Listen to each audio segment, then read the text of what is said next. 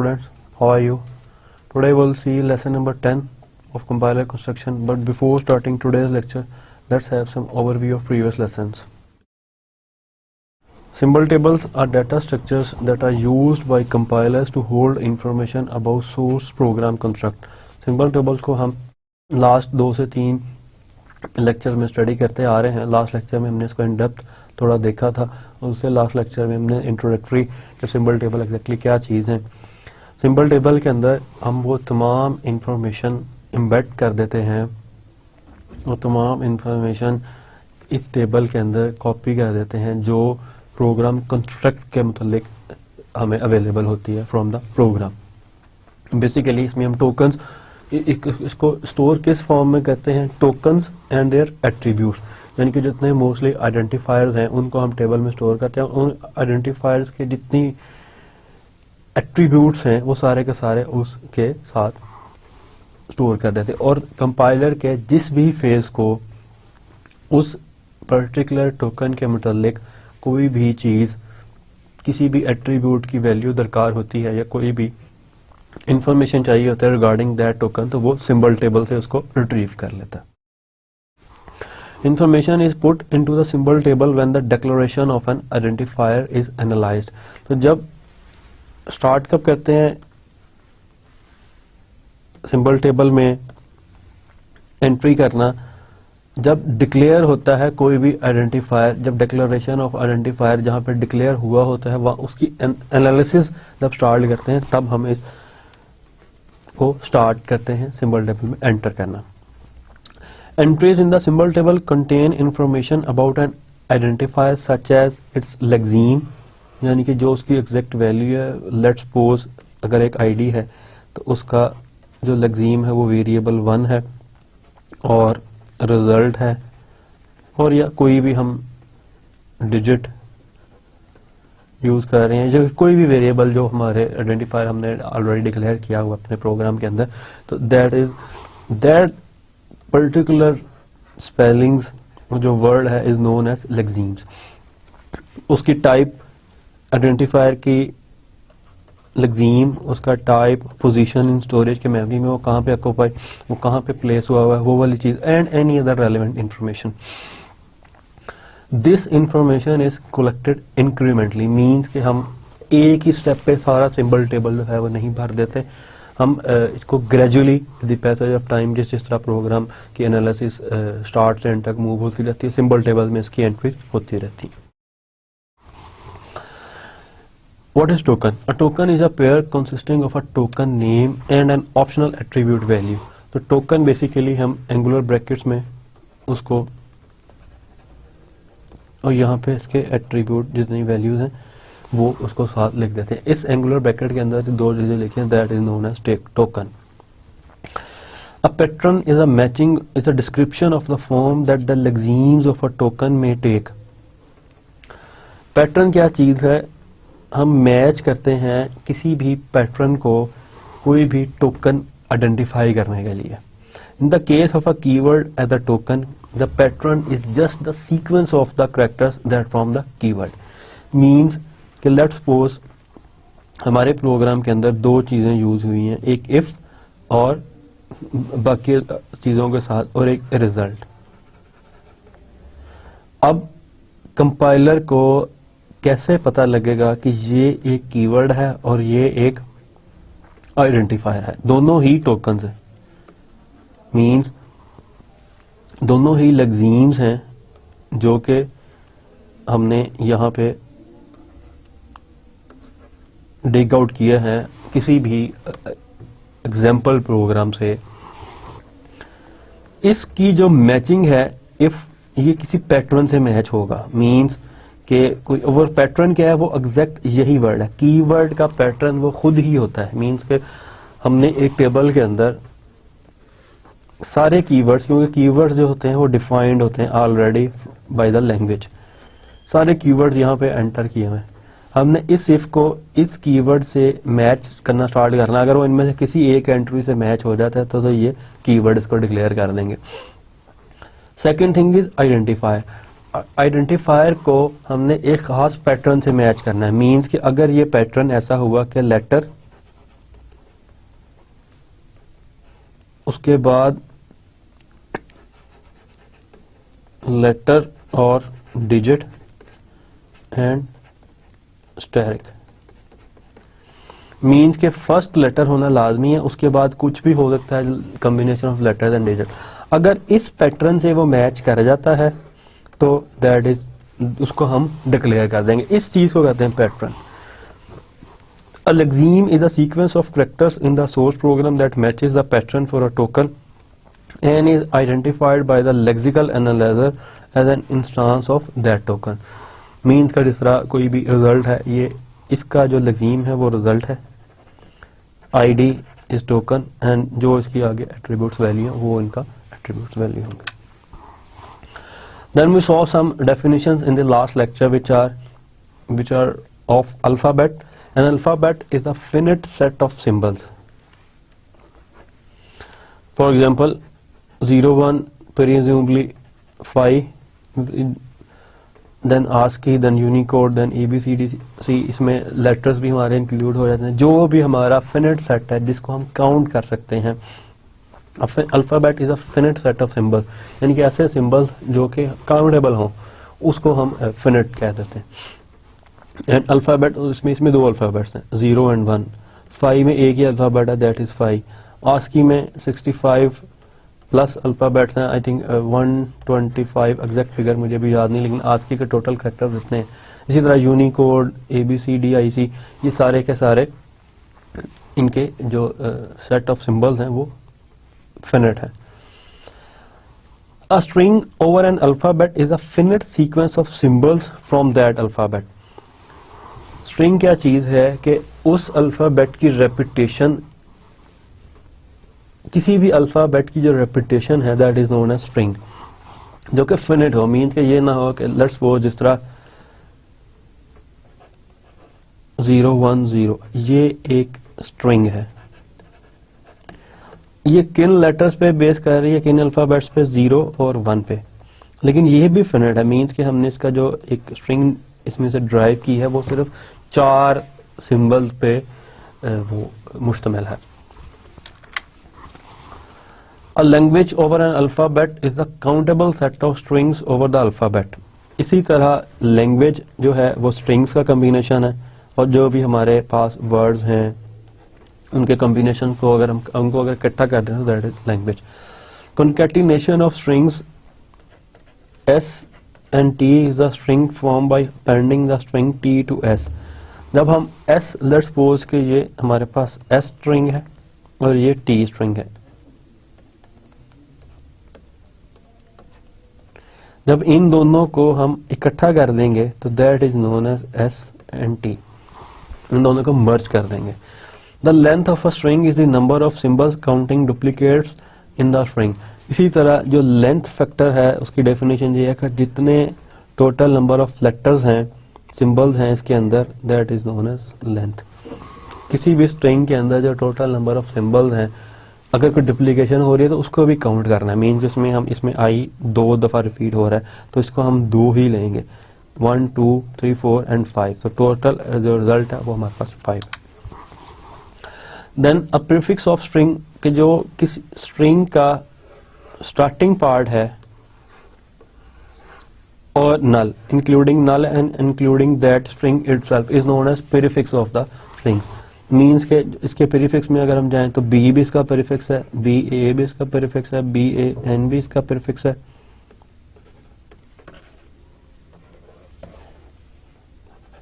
And B A N A भी इसका prefix है, एंड सो ऑन, जितने भी इसके कॉम्बिनेशन बनते हैं एंड तक जाते रहते हैं सब के सब इसके प्रीफिक्स है। सिमिलरली सफिक्स इसके ऑपोजिट है, A is a suffix,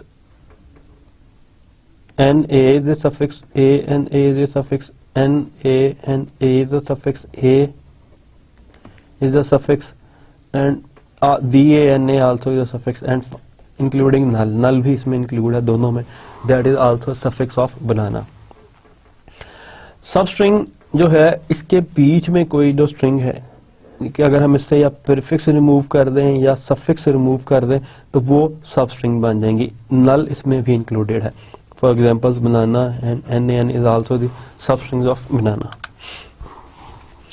operations of languages, languages के ऊपर हम कौन कौन से ऑपरेशंस जो हैं वो परफॉर्म कर सकते हैं। That is first operation is union, कि उन दोनों को इकट्ठा करके लिख दें।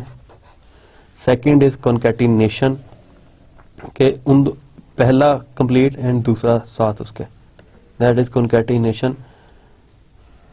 L4 is set of 4 letter strings, यानी कि ऐसी लैंग्वेज जिसके अंदर 4 लेटर्स हैं, वो ये उनकी एग्जांपल है। फॉर एग्जांपल अगर मेरे पास अल्फाबेट्स डिक्लेयर नहीं, मैं सपोज कर रहा हूँ कि टोटल 2 हैं, तो ऐसी लैंग्वेज जिसके 4 हैं, A B B, ये भी हो सकता है,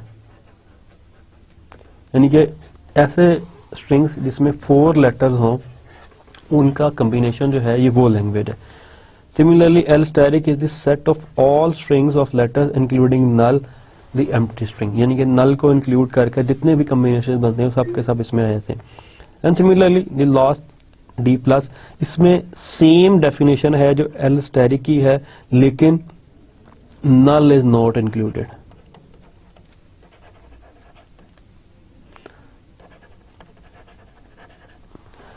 स्टैरिक को हम नॉर्मली जो कहते हैं दैट इज 0 और मोर, प्लस को हम कहते हैं 1 occurrence और मोर। तो ये डिफरेंस है इन दोनों में। A regular expression is a sequence of characters that forms a search pattern mainly for use in pattern matching with strings। तो regular expression क्या करता है, एक ऐसा sequence of characters हमें दे देता है जिसके जो एक पैटर्न को आइडेंटिफाई कर रहा होता है। उस पैटर्न के साथ हम मैच करके डिसाइड करते हैं कि जो गिवन एक्सप्रेशन है, जो गिवन स्ट्रिंग है, आया इस लैंग्वेज का पार्ट है या नहीं। So the idea is that the regular expressions over an alphabet consists of the alphabet and expressions using these operations, union, concatenation, clean closure, and but it takes more words to say it right। यानी कि ये clear definition जो है इसकी regular expressions की है, लेकिन complete नहीं है, हम इसको मजीद एलेबोरेट कर सकते हैं। So each regular expression R denotes a language LR, जिसको हम डोनेट कर रहे हैं, which is also defined recursively from the languages denote by R subexpressions. क्या एक ऐसी लैंग्वेज जिसमें वो तमाम चीजें, तमाम स्ट्रिंग्स इंक्लूड हो जाते हैं और रेगुलर एक्सप्रेशन इंक्लूड होते हैं जो इस लैंग्वेज से बिलोंग करते हैं। फॉर एग्जाम्पल, इन अल्फाबेट्स के ऊपर हम देखते हैं कि हम कौन कौन सी आरी जनरेट कर सकते हैं, कौन कौन सी लैंग्वेज जनरेट कर सकते हैं। So the regular expression AB denotes the language AB, यानी कि इन अल्फाबेट्स के ऊपर हम एक ऐसी लैंग्वेज जनरेट कर सकते हैं जो कि सिंपल ये 2 करैक्टर्स पे मुश्तमिल हो। इसमें से या हम ये निकाल सकते हैं या इन दोनों एक ही टाइम पे या A आएगा या B आएगा। तो this is an language of this character. इस आरी के रिजल्ट में जो अभी मैंने सर्कल किया है, इसके रिजल्ट में जो हमारे पास लैंग्वेज जनरेट होगी ये उसकी टोटल स्ट्रिंग्स हैं, that is AA, AB, BA and BB।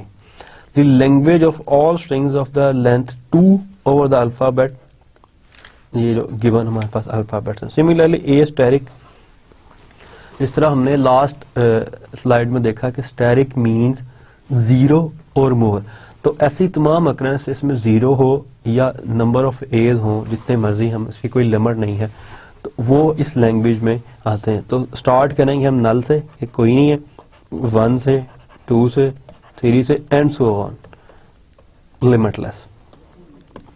यानी कि इसमें 0 अकरेंस है, इसमें 1 है, इसमें 2 है, इसमें 3 है एंड सो ऑन, एंड तक, यानी कि जितनी भी हमें गिवन होगी। If sigma is an alphabet of basic symbols, then a regular definition is a sequence of definitions of the form D1 expression 1, regular expression 1, regular expression को R denote कर रहा है,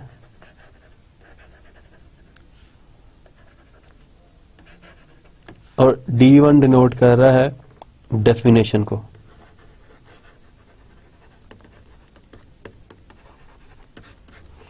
इसी तरह कंटिन्यू करते हुए जितने भी डेफिनेशंस हैं वो किसी ना किसी आरी को डिफाइन कर रही होती हैं। So when these are unique and not in sigma and RI is a regular expressions over sigma union D1 से लेके ई आई -1 तक, जहां तक हम उसको लेके जाना चाहें। Now we'll move towards today's lesson. Today we'll see the recognition of tokens, कि किस तरह tokens को recognize करना है। In this हम transition diagrams की मदद से help लेंगे, तो इसकी मदद से हम जिन tokens को identify करेंगे या recognize करेंगे, that are words, identifiers, reserved words, identifiers, white spaces and numbers. Then उसके बाद हम एक इम्पोर्टेंट जो पार्ट है आज के लेक्चर का उसकी तरफ मूव करेंगे, विच इज फिनिट ऑटोमेटा। इसके अंदर हम दो देखेंगे, एक NFA and second is DFA. Then we will also see something about transition tables, कि ये इसका ऑटोमेटा से क्या रिलेशन है और ये क्यों यूज होता है इसके अंदर। So now we see how to build a piece of code that examines the input string and finds a prefix that is a lexeme matching one of the patterns. तो अब हम क्या करेंगे, एक ऐसा कोड बिल्ड करेंगे या देखेंगे कि ये कैसे बिल्ड होता है जो क्या करे, हमें उस पैटर्न से मैच करके बता दे कि ये लेक्सीम क्या है, आइडेंटिफायर है, टोकन है या कोई कीवर्ड है, जिन चीज़ों को हमने रिजर्व वर्ड है, कोई आइडेंटिफायर है, वाइट स्पेस है या कोई नंबर है। So our current goal is to perform the lexical analysis needed for the following grammar. इस ग्रामर को हम एज एग्जांपल यूज कर रहे हैं। इस ग्रामर को थोड़ा सा देख लें, वैसे तो ऑलरेडी हम ये ग्रामर यूज कर चुके हैं। इसमें स्टेटमेंट कि if expression then statement, second if expression then statement, else statement, यानी कि इफ एल्स का ये सिंपल इफ को, ये इफ एल्स स्ट्रक्चर को, और ये सिंपल नल को। एक्सप्रेशन से क्या जनरेट कर सकते हैं, कोई टर्म है, मीन्स उसके दरमियान रिलेशनल ऑपरेटर है और फिर टर्म है, means 2 + 2, term, relational operator and again term. या एक्सप्रेशन से कुछ सिंपल टर्म भी हो सकती है। टर्म से हम आगे आइडेंटिफायर और नंबर, यानी कि कोई नंबर जनरेट कर रहे हैं या कोई आइडेंटिफायर।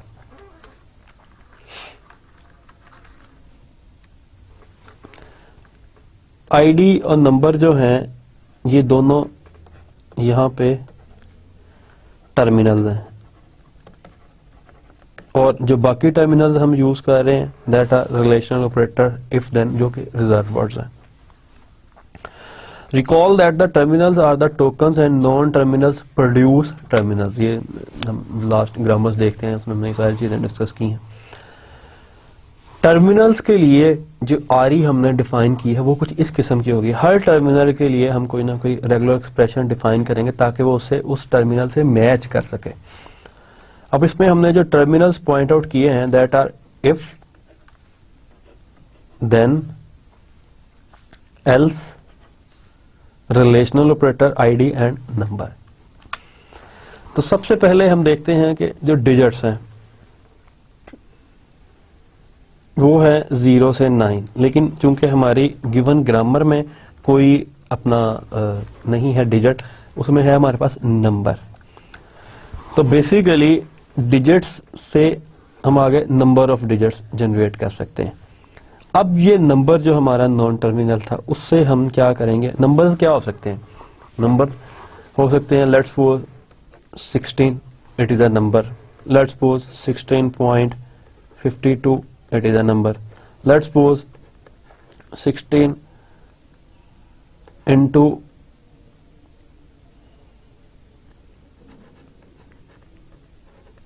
की पावर में एक्सपोनेंशियल फॉर्म्स में जो होते हैं वो नंबर, सिंपल 16 की पावर 2, ये भी एक नंबर है।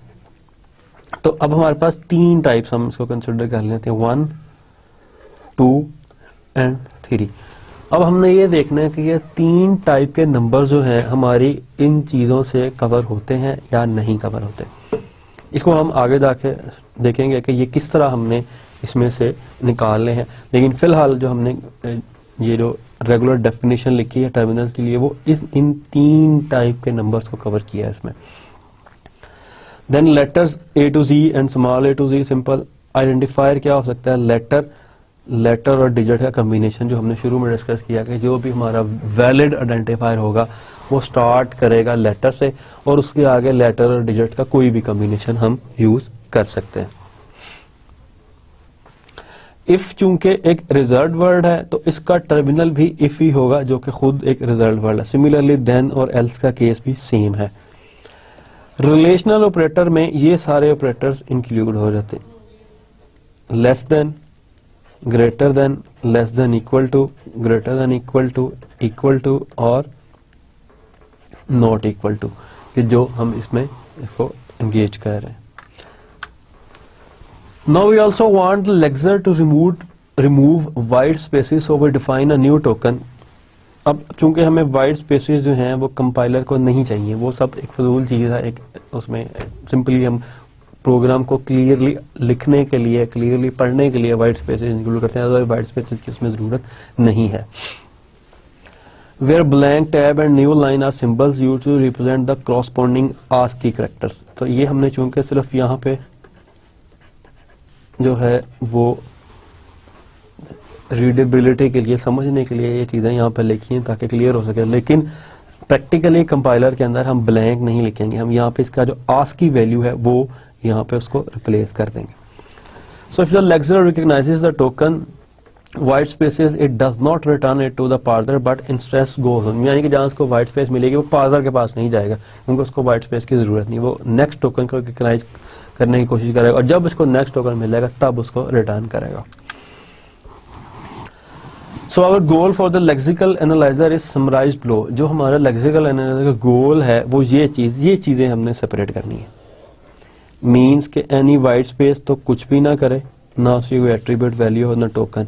इफ है तो उसका टोकन नेम भी यही है और लेक्सीम भी यही है, देन का भी यही, जितने रिजर्व कीवर्ड्स हैं उनका ये है। अगर कोई आइडेंटिफायर है तो यहाँ पे एट्रीब्यूट वैल्यू क्या है, पॉइंटर टू टेबल एंट्री के, जहां पे वो एंटर हुआ है उसकी एट्रीब्यूट उस जगह को पॉइंट करते हैं।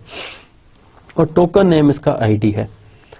एनी नंबर, यानी कि जितने भी आइडेंटिफायर्स होंगे उनका टोकन नेम आईडी ही होगा, जितने नंबर्स होंगे उनका भी टोकन नेम, जितने लेक्सीम नंबर्स होंगे उनका भी टोकन नेम नंबर ही होगा। और उसकी जो एट्रीब्यूट वैल्यू होगी पॉइंटर टू टेबल एंट्री के, जहां पे वो जिस जगह से टेबल को पॉइंट जहां पे कर रहा है सिंबल टेबल के अंदर, यानी कि ये पॉइंटर जो होगा बेसिकली यहाँ पॉइंट कर रहा होगा और ये पॉइंटर यहाँ पॉइंट कर रहा होगा जहां पे इनकी रेलेवेंट एंट्री हुई है। Then these are all relational operators. Less than equal to, not equal to, greater than and greater than equal to, ये सारे के सारे रिलेशनल ऑपरेटर, यानी कि रिलेशनल ऑपरेटर का जो नॉन टर्मिनल है वो इनमें से किसी एक पे भी एंड हो सकता है। Transition diagram. As an intermediate step in the construction of a lexical analyzer, we first convert patterns into stylized flow charts called transition diagrams. यानी कि अब जो हमारे पैटर्न्स हैं जिनको हमने हाल ही में डिस्कस किया कि ये हमारे पैटर्न्स हैं, मीन्स के नंबर इस पैटर्न का होगा, जो लेटर है आइडेंटिफायर है वो इस पैटर्न का होगा, इफ का पैटर्न सेम है देन का भी सेम, रिलेशन ऑपरेटर इनमें से कोई होगा, तो ये सब उसके पैटर्न है। इन पैटर्न्स को जो रेगुलर एक्सप्रेशंस में हमने लिखे, इसको हम अब लिखेंगे ट्रांजिशन डायग्राम के अंदर। मींस एक ऐसी फॉर्म के अंदर जो जिसकी रीडेबिलिटी जरा आसान है, उस पर हम चेक कर सकेंगे मैनुअली के कौन सी चीज हमारे जो इनको कंप्लीट कर रही है नहीं कर रही, मैच कर रही है नहीं कर रही।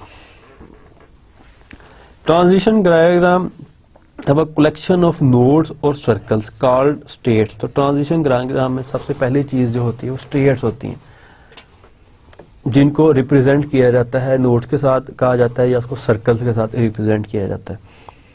Each state represents a condition that could occur during the process of scanning the input looking for a lexeme that matches one of the several patterns. तो हर स्टेट जो है बेसिकली किसी कंडीशन को रिप्रेजेंट कर रही होती है जो कि स्टार्ट हो जाती है जैसे हम स्कैनिंग स्टार्ट करते हैं, तो वन लेटर, एक लेटर बाय लेटर जो है वो उसके साथ मैच करता रहता है। Then second things in transition diagram are edges. Edges are directed from one state of the transition diagram to another. Each edge is labelled by a symbol or set of symbols. तो जो as है एक state से basically अगर मैं circle बनाऊं दो, तो these are states S0 S1 and this is edge, जो कि सेट ऑफ सिंबल्स के साथ मैच उसको लेबल किया होगा कोई भी। लेट्स सपोज अगर मैंने ग्रेटर देन चेक करना है तो ये ग्रेटर देन का सिंबल इस पे होगा। Some other important conventions are double circles. Double circle represents accepting or final states at which point a lexeme has been found. Double circle इसलिए है कि let's suppose अगर मैं relational operator जो है greater than को मैच करने की कोशिश कर रहा हूं, तो ये इसका फाइनल स्टेट है। मीन्स के रिलेशनल ऑपरेटर जो है एक ही स्टेप में, क्योंकि इसमें एक ही करेक्टर है, तो ये यहां जाके मैच कर जाएगा। इसको मैं डबल सर्कल कर दूंगा कि अगर इस स्टेट तक पहुंच के हम मैचिंग करते करते, इट मींस कि हमें अपना रिक्वायर्ड पैटर्न जो है वो मैच कर लिया और ये ग्रेटर देन का सिंबल ही है और ये रिलेशन ऑपरेटर जो है ग्रेटर देन है। So there is often an action to be done, example returning the token which is return to the right side or right of the double circle. तो transition diagram जहां पे final state है उसके साथ ही हमने कोई action perform करना हो, क्योंकि अब हमें मिल गया, अब हमने इसको रिटर्न करना है पार्सर को, तो हम उसको एक एक्शन जो है वो परफॉर्म कर सकते हैं। If we have moved one or more character too far in finding the token, one or more stars are drawn. अगर हमने कोई रेपिटेशन करनी है, जैसे हम रेपिटेशन करेंगे आइडेंटिफायर्स के केस में, तो वहां पे हम स्टैरिक यूज कर लेंगे, क्योंकि स्टैरिक एक ऐसी चीज है जो जिसे नल भी जनरेट कर सकते हैं और नंबर ऑफ इंस्टेंसेस जनरेट कर सकते हैं। Third thing is imaginary start state exist and has an arrow coming from it to indicate where to begin the process. तो ट्रांजिशन डायग्राम में एक तीसरी चीज है कि हमने स्टार्ट कहां से करना है। जिस तरह हम अपनी रेगुलर एक्सप्रेशन में एक स्टार्टिंग जो था नॉन टर्मिनल उसको डिसाइड कर लेते थे कि इससे हमने स्टार्ट करनी, इसी तरह ट्रांजिशन डायग्राम के अंदर भी हम एक इमेजिनरी स्टार्ट स्टेट डिजाइन कर लेते हैं जिस स्टेट के स्टार्ट में इस तरह का एरो हो वो एक इमेजिनरी स्टार्ट स्टेट होती है। सो a transition diagram that recognizes the lexemes matching the token relational operator। अब ये एक ट्रांजिशन डायग्राम है जो हम यहाँ पे देख रहे हैं। अब इसको हम स्क्रैच से ट्रांजिशन डायग्राम को इसलिए नहीं बना रहे बिकॉज ये थ्योरी ऑफ ऑटोमेटा में हम लोग स्टडी कर चुके हैं या ये एक है, लेकिन फिर भी मैं इसको एक्सप्लेन कर देता हूँ कि ये किस तरह हम ट्रांजिशन डायग्राम जो है ये बनाइए। इसमें मैं एक ऑपरेटर को ले लेता हूँ कि अब मेरे पास इंग्रेडिएंट्स क्या हैं। लेट्स सपोज अगर मैंने लेस देन और greater less than equal to का रिलेशन ऑपरेटर मैच करना है, ये एक ऑपरेटर है लेस देन इक्वल टू। अगर मैंने इसकी ट्रांजिशन डायग्राम बनानी है तो मैं कैसे बनाऊंगा। पहला जो रिलेशन ऑपरेटर है वो यही है, मींस कि मुझे इन सब में किसी की जरूरत नहीं है, सिर्फ ये फर्स्ट लाइन जो है मेरे लिए काफी है। ये हमने पहले डिसाइड किया था कि एक स्टार्ट स्टेट हमारे पास लाजमी होगी जहां से हम चेक करेंगे। तो स्कैनर ने सबसे पहले स्कैन किया लेस देन को। अब यहां पे मैं एक लेस देन इसमें डाल दूंगा, लेबल कर दूंगा कि लेस देन हो तो नेक्स्ट स्टेट पे मूव कर दे। इस स्टेट का नाम 0 और इस स्टेट का नाम है 1। सेकंड क्या है कि इज इक्वल टू हो तो मैं इसको फाइनल स्टेट पे मूव कर दूं और उसको मैं डबल सर्कल कर लूं। ये तो हो गया अगर बिल्कुल ठीक मैच हो रहा है। लेट्स सपोज अगर हमने लेस देन आया है और इस पे आए हैं, आगे जाके लेस देन से आगे जाके को 2 लिखा हुआ है सपोज कर रहा हूं, तो यहां से हमने अदर का कर देना और यहां पे हमने उसको फाइनल स्टेट नहीं करना क्योंकि ये एरर, और यहां से हमने एरर मैसेज जनरेट करा देना कि ये जो है एक वैलिड रिलेशन ऑपरेटर नहीं है। इसी तरह less than equal to, less than और ग्रेटर देन ये नॉट का साइन है, क्योंकि पहले स्कैन किया इसको, अगर उसको ये मिल गया तो हमने इसको लिए एक नॉट का साइन बना दिया और रिटर्न कर दिया इस पे लेस देन इक्वल टू, इस पे नॉट इक्वल टू। अगर लेस देन के अलावा कुछ है तो इट मींस जो हमारा ऑपरेटर है वो सिर्फ लेस देन है, ये ना लेस देन इक्वल टू है ना नॉट इक्वल टू है, तो हम रिटर्न कर देंगे इस पे लेस देन। अगर इसके अलावा कुछ है तो अदर यहां पे कर देंगे, जो कि एरर है। क्योंकि मैंने ये जो सिंगल लाइन डिजाइन की थी, ये मैंने की थी सिर्फ इसके लिए, उसमें मैंने सिंगल लेस देन को कंसिडर नहीं किया था। लेकिन जब मैं सिंगल लेस देन को कंसिडर करूंगा तो इस अदर पे जो भी होगा मैं यहाँ पे रिटर्न कर दूंगा लेस देन, कि ये लेस देन का ऑपरेटर तो वैलिड है लेकिन लेस देन इक्वल टू का वैलिड नहीं है, उस सिनेरियो में जहां पे मेरे पास ये चीज आएगी। सिमिलरली अगर मेरे पास स्टार्ट में इक्वल टू का यानी कि असाइनमेंट ऑपरेटर है, इक्वल टू का ऑपरेटर है, तो मैं उसको सिंपली इक्वल टू का सिंगल ऑपरेटर और फाइनल पे, क्योंकि जिस तरह मेरे पास लेस का एक ही ऑपरेटर था लेकिन इसमें तो हमारे पास कुछ कम्बिनेशन मौजूद है, लेकिन असाइनमेंट का कोई आगे कम्बिनेशन नहीं। इसी तरह जिस तरह लेस के साथ 2 थे, इसी तरह ग्रेटर के साथ 2 है वो हम ठीक है कि simple greater than equal to, otherwise अगर कुछ और है तो सिंपल ग्रेटर देन रिटर्न कर दें। तो ये हमारी ट्रांजिशन डायग्राम थी रिलेशनल ऑपरेटर्स के लिए। अब जो नेक्स्ट डायग्राम है ये हमारी है for reserve words and identifiers के लिए। So recognise keyword and identifiers, the transition diagram below correspond to the RE, यानी कि ये उस आरई पे डिपेंड करती है जो लास्ट हमने देखा था इस आरई के ऊपर। मीन्स कि जो हमारे पास आरई था दैट इज लेटर और लेटर स्लैश डिजिट, यानी कि इस आरई पे ये चीज बेस करती है। अब इसमें अगर हम देखें तो क्या कर सकते हैं कि अगर इसको खुद से बनाने की कोशिश करें कि लेटर सबसे पहले तो वही एक स्टार्ट 0, ये चूंकि उसके कम्बिनेशन में बना रहे हैं पूरी आरई के लिए, तो जो नंबरिंग हम यूज कर रहे हैं उस रेलेवेंसी से। लेकिन अगर सिर्फ और सिर्फ इसका बनाना है तो उसमें हम स्टार्ट स्टेट 0, अगर मेरे पास पहले लेटर आता है तो ठीक है, अगर मेरे पास पहले ही डिजिट आ जाता है तो ये एरर है और हम इसको वापस यहां पे ले जाएंगे कि भी ये अगर ओनली डिजिट है तो ये एरर है, अगर डिजिट के बाद कोई करैक्टर है या जिसको हम लेटर कह रहे हैं तो इसको वापस ले जाएंगे, मे बी उससे आगे से जो है वो स्टार्ट हो रहा हो हमारा जो आइडेंटिफायर है। फॉर एग्जाम्पल 5 आया, इसके बाद मेरे पास स्पेस थी, स्पेस को वो इग्नोर कर देता है, उसके बाद मैंने लिखा AB3 जो कि वैलिड आइडेंटिफायर है। 5 is not an valid identifier, लेकिन जब 5 पे आएगा तो वो आइडेंटिफायर नहीं है, अगर वो AB3 पे जाएगा तो वो वैलिड आइडेंटिफायर। तो AB यहाँ पे और 3 जो है वो यहाँ डिजिट से हम इसको ले लेंगे कि लेटर और डिजिट उसके बाद जितने मर्जी आते जाएं हमें कोई फर्क नहीं, और उसके बाद जैसे कोई और मिलेगा तो हम रिटर्न कर देंगे अदर। मीन्स के पहले लेटर स्टार्ट हो, यहाँ से हमें पहले लेटर लाजमी मिले, उसके बाद लेटर और डिजिट्स की कोई कितनी भी वेरिएशन मिल सकती है, उसके बाद अगर कोई और सिंबल मिलता है तो वो उस वक्त वहां पे हमने इसको रिटर्न कर देना। क्या चीज? Get token and install ID, ये 2 चीजें, ये 2 ऑपरेशंस हमने कॉल कर लें। These are 2 functions, get token function और install ID function.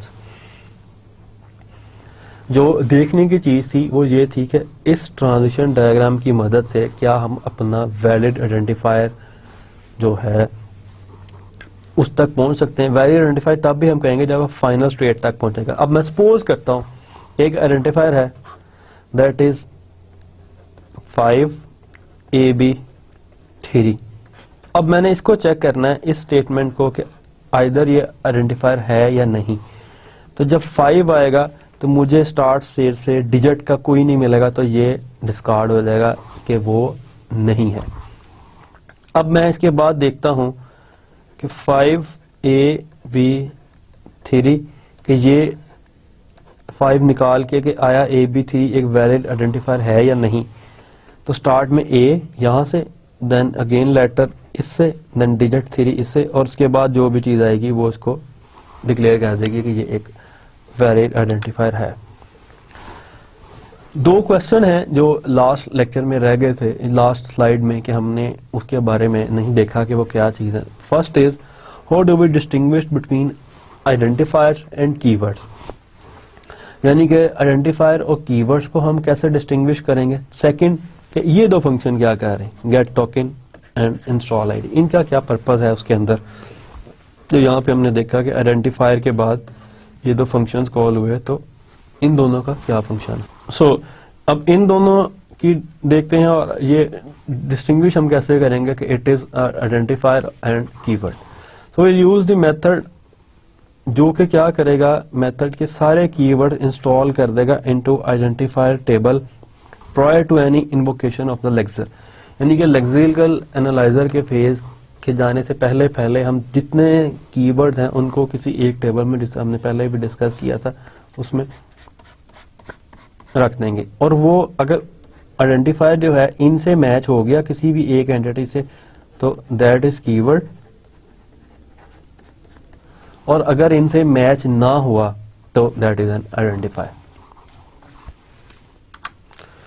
Second, install ID क्या कहता है, checks if the lexeme is already in the table, यानी कि अगर वो लेक्सीम पहले से टेबल के अंदर मौजूद है तो ठीक। If it is not present, the lexeme is installed as an ID token. In either case, a pointer to the entry is returned. तो अगर है तो उसका पॉइंटर रिटर्न कर देता, अगर वो इंस्टॉल नहीं है तो उसको इंस्टॉल करके उसका पॉइंटर रिटर्न कर देता। गेट टोकन क्या करता है, examines the lexeme and returns the token name either ID or name corresponding to a reserved keyword. तो गेट टोकन क्या करता है, उस लेक्सीम को एग्जामिन करता है और उसका नेम जो है उस आईडी का या उसका आईडी वो उसको वापस रिटर्न कर देता है। तो ये दोनों फंक्शंस ये जेनेरिक काम करते हैं। So far we have transition diagram for identifiers, identifiers के लिए हमने और रिलेशनल ऑपरेटर्स के लिए, इन दोनों के लिए हमने ट्रांजिशन डायग्राम्स देख ली। अब जो नेक्स्ट हम देखेंगे जो हमारे पास बच गए हैं, these are white spaces and numbers. White space की डायग्राम बहुत सिंपल है। अगर तो हमारे पास वाइट स्पेस को हम रिप्रेजेंट कर रहे हैं डेलीमीटर से, कि एक डेलीमीटर है या नंबर ऑफ डेलीमीटर्स हैं, तो हमने इनको डिक्लेयर कर देना है, फाइनल कर देना, this is final state.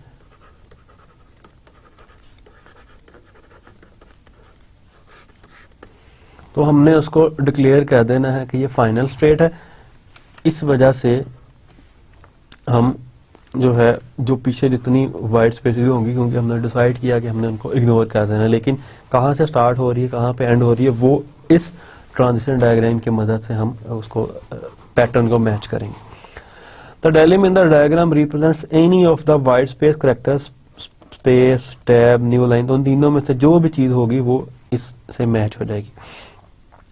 The final star is there because we needed to find a known white space character in order to know when the white space ends and this character begins the next token. So there is no action performed at the accepting state. क्योंकि हमने इसको discard करना है, हमने इसको use नहीं करना, तो यहाँ पे हम कोई एक्शन भी परफॉर्म नहीं कर रहे। अदरवाइज जो ट्रांजिशन डायग्राम हमने रिजर्व वर्ड्स की या आइडेंटिफायर की देखी, उसमें भी एक्शंस परफॉर्म कर रहे हैं, और इससे पहले जो हमने रिलेशनल ऑपरेटर्स की देखी उनमें भी एक्शंस परफॉर्म कर रहे हैं। So this is the diagram for our final non terminal number. Number से अब हम इस ट्रांजिशन डायग्राम की मदद से जो पैटर्न है वो मैच कर सकते हैं कि आया इज इट अ नंबर और नॉट। अब हम एग्जांपल के तौर पे मैं एक नंबर ले रहा हूं 16, it is an valid number. अब हमें देखना है कि 16 जो है, मैं इस ट्रांजिशन डायग्राम से की मदद से ये पैटर्न मैच हो रहा है या नहीं। हो सकता है कि मुझे नहीं पता कि 16 इज अ नंबर और नॉट, लेकिन मैंने चेक करना है। अगर तो इस डायग्राम से मैच हो गया तो इट इज अ नंबर, अगर नहीं हुआ और चूंकि हमें नजर आ रहा है नंबर है और इससे मैच नहीं होता, इट मीन्स हमारी ट्रांजिशन डायग्राम में कोई फ्लॉ है। तो स्टार्ट डिजिट 1, फिर डिजिट आया, इसने 1 को किया, इसने 6 को किया, अब मेरे पास कंप्लीट हो गया। अब मुझे यहां से किसी तरह जो है वो फाइनल स्टेट पे जाना है। तो इसके अलावा कुछ भी आएगा मैं अदर की मदद से फाइनल स्टेट पे चला जाऊंगा, यानी कि मुझे 16 जो है एक वैलिड नंबर है, टोकन नंबर है। लेट्स सपोज मैं एक और एग्जांपल लेता हूँ 16.52। तो 16 मैंने यहीं से जनरेट किया, पॉइंट से मैं इस तरफ आ गया, डिजिट आया 5, देन डिजिट आया 2 और उसके बाद अदर से मैं बाहर निकल गया, which is again and final state. Last one is के 16 की पावर 2, कि मैंने 16 की पावर +2 है, मीन्स कि अगर प्लस नहीं लिखा तो अंडरस्टूड होता है कि इट इज प्लस। 16 तक यहाँ आया, इसके बाद नल के जरिए मैं यहाँ चला गया, क्योंकि नल की जो है ट्रांजिशन वो मैं कहीं पे भी कर सकता हूँ। यहाँ से प्लस लिया, प्लस से मैं इस तरफ आया और यहाँ से डिजिट लिया और डिजिट लेने के बाद जो भी आया फाइनल स्टेट पे। अगर सिंपल प्लस माइनस नहीं है, सिंपल डिजिट है, तब भी मैं यहाँ पे आके इसको अदर की मदद से फाइनल स्टेट पे जा सकता हूँ। तो इट मीन्स कि ये तीनों नंबर्स को आइडेंटिफाई कर रहा है, कि तीनों नंबर्स जो पैटर्न है वो मैच कर रहा है। It means it is our genuine transition diagram for token number. Finite automata. Finite automata are like the graphs in the transition diagrams, के जैसे ट्रांजिशन डायग्राम में हमने ग्राफ्स देखे हैं बिल्कुल वैसे ही होते हैं, but they simply decide if N input string is the language और नॉट। यानी कि ये सिंपली ये डिसाइड करता है कि लैंग्वेज है या नहीं, बाकी उसकी कम्प्लेक्सिटीज में नहीं जाता। एफए, फिनिट ऑटोमेटा को हम एफए भी कहते हैं इन शॉर्ट टर्म। और रिकॉग्नाइजर, ये बेसिकली रिकॉग्नाइज करता है, ये सिंपली रिजल्ट दे देगा यस और नो। मीन्स के एफए ट्रांजिशन डायग्राम हमने एंड पे देखा था कि कोई एक्शंस परफॉर्म करते हैं, इसमें हम कोई एक्शन परफॉर्म नहीं करेंगे, ये सिर्फ हमें अगर फाइनल स्टेट पे पहुंच गया इट मीन्स कि ये उससे मैच कर रहा है, मीन्स कि ये लैंग्वेज का पार्ट है, अदरवाइज नहीं है। There are two type of FAs. First is non deterministic finite automata, जिसको एनएफए भी कहते हैं। There are no restrictions on the labels of their edges, यानी कि नंबर ऑफ लेबल्स ज्यादा भी हो सकते हैं। A symbol can label several edges out of the same state and null the empty string is a possible label। Means कि एक state से दूसरी स्टेट तक हम यानी कि अगर हमने लेबल यहाँ पे कोई लेटर दिया है तो यहां पे भी लेटर यूज कर सकते हैं 0 से 1 तक। मीन्स के रेपिटेशन इसके अलावा इवन नल के जरिए भी हम यहाँ पे जा सकते हैं और एक पे भी ज्यादा लेबल यूज कर सकते हैं, एक एज पे। Second one is deterministic finite automata, DFA have exactly one edge for each state and for each symbol of its input alphabet with that symbol leaving that state। Means finite automata के अंदर हम 0, 1 ये एक state है, हम ए के जरिए भी इधर जा सकते हैं और बी के जरिए भी जा सकते हैं, इवन नल के जरिए भी जा सकते हैं। इस रिप्रेजेंटेशन को मैं कुछ इस तरह भी बना सकता हूं।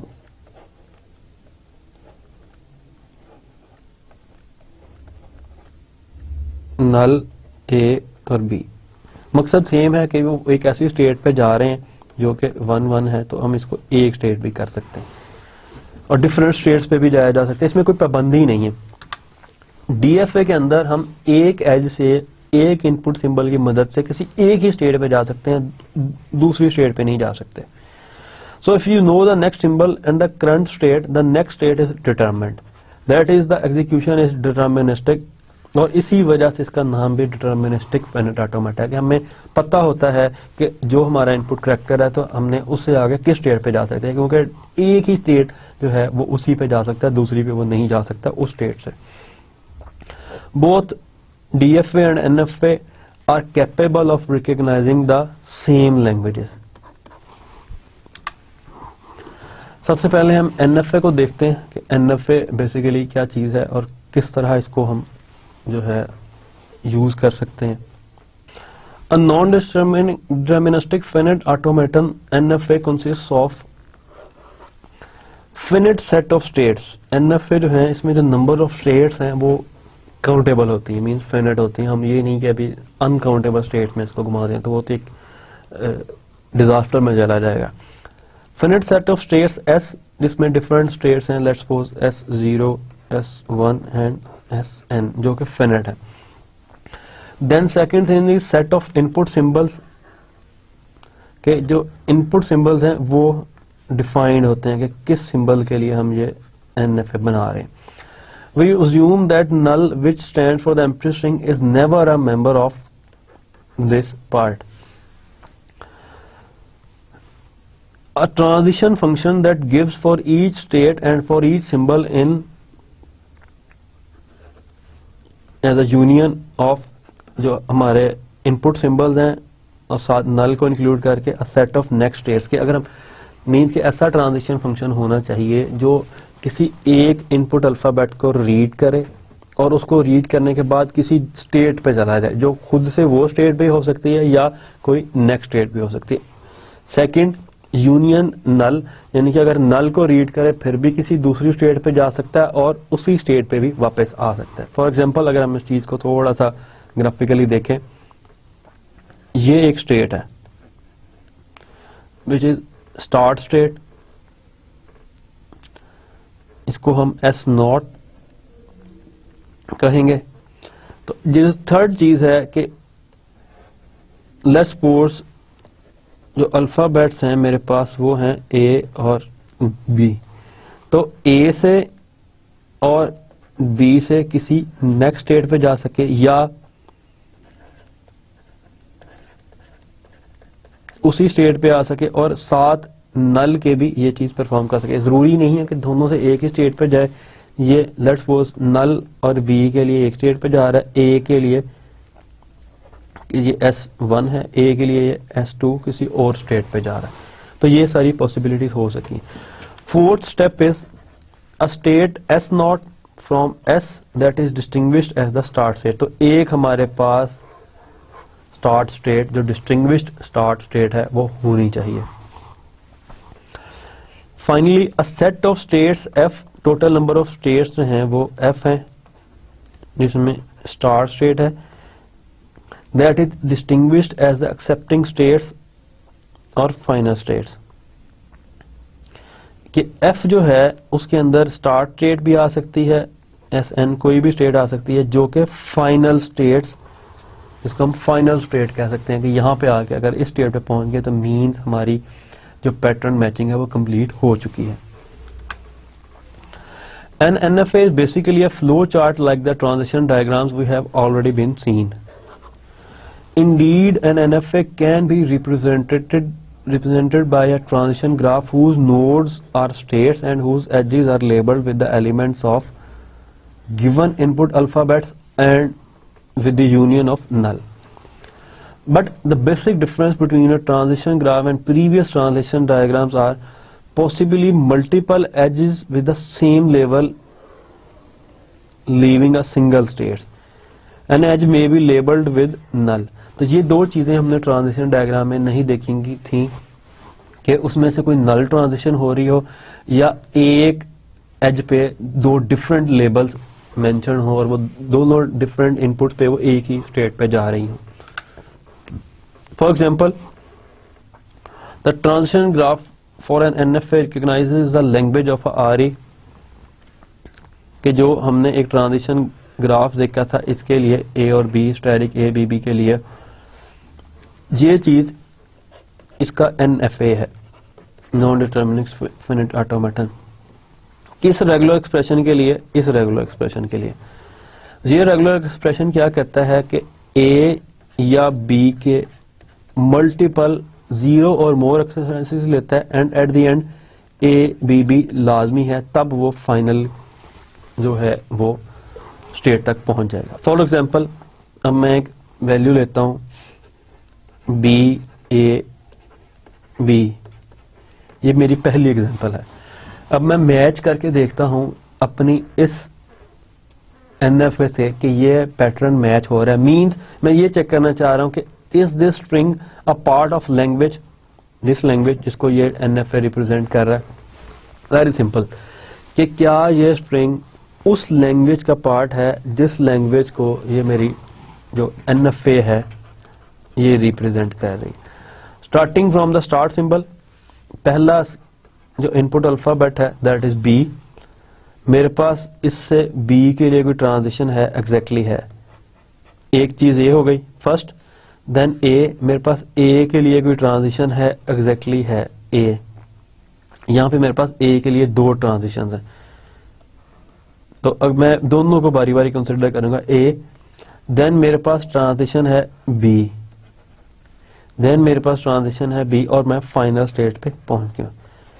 इट मींस कि ये जो पैटर्न हमने दिया था, जो एक लग्जीम दी थी इसको मैच करने के लिए, ये मैच कर गई है हमारी जो रिक्वायर्ड एनएफए है उसके साथ, जो रिक्वायर्ड लैंग्वेज है उसी लैंग्वेज का स्ट्रिंग है।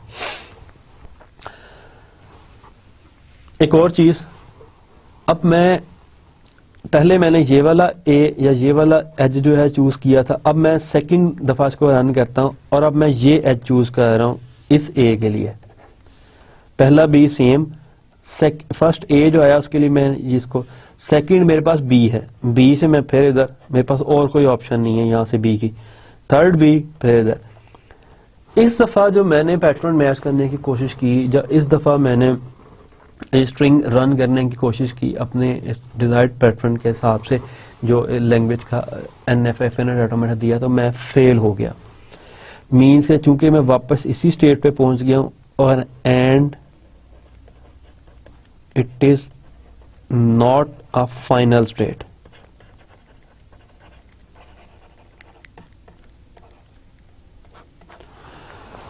इस रन के, इस एग्जीक्यूशन के बाद मैं ये डिसाइड कर सकता हूं कि ये एग्जीक्यूशन मेरे जो जिस स्ट्रिंग के लिए मैंने की थी उसके लिए फेल हो गई है, तो ये स्ट्रिंग लैंग्वेज का पार्ट नहीं। अब यहां पे थोड़ी सी कंफ्यूजन है। कंफ्यूजन ये है कि अगर मैं पहला एग्जीक्यूशन देखता हूं, एग्जीक्यूशन 1, तो ये स्ट्रिंग उस लैंग्वेज का पार्ट है। अगर मैं सेकंड एग्जीक्यूशन देखता हूं तो ये स्ट्रिंग लैंग्वेज का पार्ट नहीं है। तो एनएफए के अंदर जो एक तीसरी चीज जो हमने पहले मेंशन नहीं की, वो ये है कि नंबर ऑफ एग्जीक्यूशंस के दौरान अगर किसी एक दफा भी वो मैच कर जाए तो वो स्ट्रिंग इस लैंग्वेज का पार्ट है। मींस कि अगर 10 दफा वो फेल होती है, डिफरेंट कम्बिनेशन उसके हम चेक करते हैं या डिफरेंट लेबल्स की तरफ हम जाते हैं, नहीं हो रही, किसी एक दफा भी वो मैच हो जाती है, मींस कि किसी एक दफा भी वो फाइनल तक पहुंच जाती है, देन हम डिक्लेयर कर देंगे कि ये स्ट्रिंग इसका पार्ट है। यही एनएफए का नुकसान है कि हमें उसके तमाम लेबल्स, तमाम एजेस के साथ जहां जहां पे वो लेबल्स मैच हो रहे हैं उसके साथ इसको हर दफा चेक करना पड़ता है, तो फिर हम इसको डिसाइड करते हैं कि ये इसका पार्ट है या नहीं। ट्रांजिशन टेबल्स, लास्ट में हमने कहा था कि हम थोड़ी देर ट्रांजिशन टेबल को देखेंगे कि एग्जैक्टली ट्रांजिशन टेबल क्या चीज है। So transition table is an equivalent way to represent an NFA in which for each state S and input symbol X and including null, the set of successor states X leads to from S. State X leads to from S. The empty set phi is used when there is no edge labeled X emanating from S. कि जो S से निकल रहा है वहां से कोई नहीं है, तो तब हम phi यूज करते हैं। अब हम अपने एनएफए की मदद से, जो कि ये है, इसकी मदद से, इस एनएफए की मदद से हम ये ट्रांजिशन टेबल ड्रॉ करने की कोशिश करते हैं कि कैसे, ये इसी की एक अल्टरनेट फॉर्म है। सबसे पहले जितनी टोटल नंबर ऑफ स्टेट्स है वो मैं मेंशन कर देता हूं।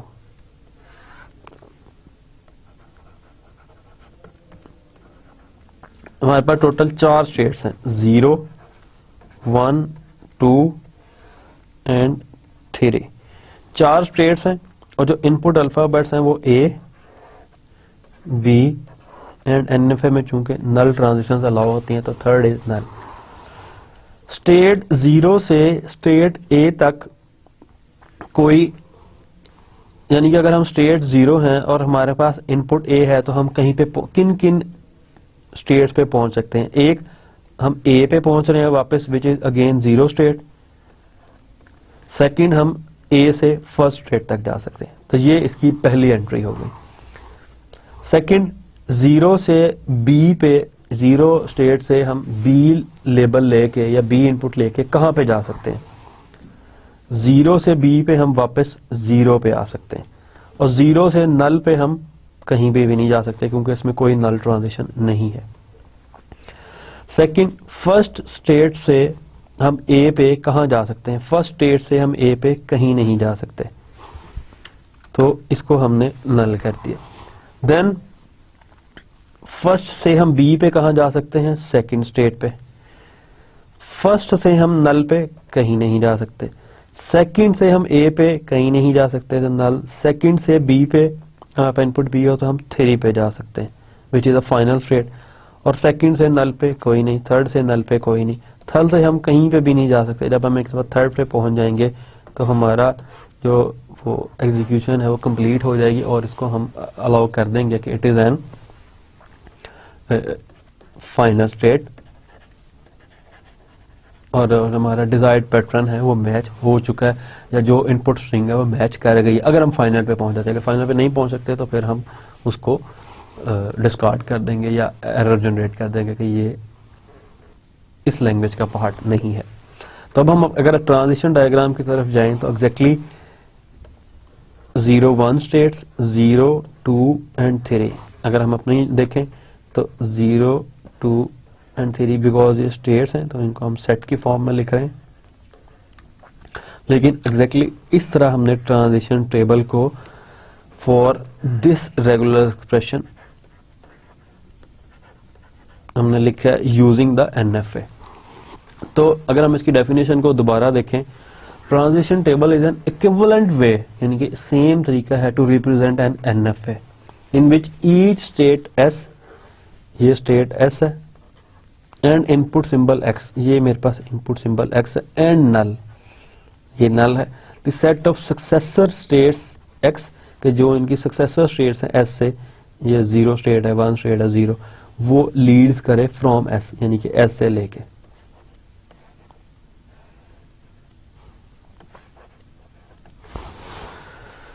सो this is all for today. आज हमने क्या क्या चीजें देखी?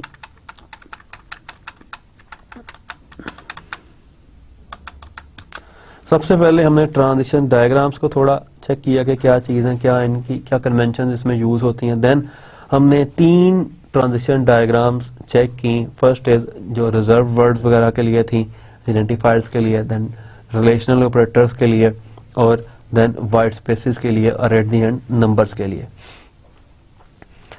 देन हमने फिनिट ऑटोमेटा को डिस्कस किया कि ये क्या चीज है, और ये हमने नतीजा निकाला कि जो फिनिट ऑटोमेटा है वो सेम ट्रांजिशन डायग्राम की जैसे ही एक सिंबॉलिक रिप्रेजेंटेशन है, लेकिन ट्रांजिशन डायग्राम और फिनिट स्टेट डायग्राम के अंदर यह फर्क है कि उसके अंदर एक तो नल ट्रांजिशन नहीं होती, दूसरा उनके साथ कोई ना कोई एक्शंस जुड़े होते हैं।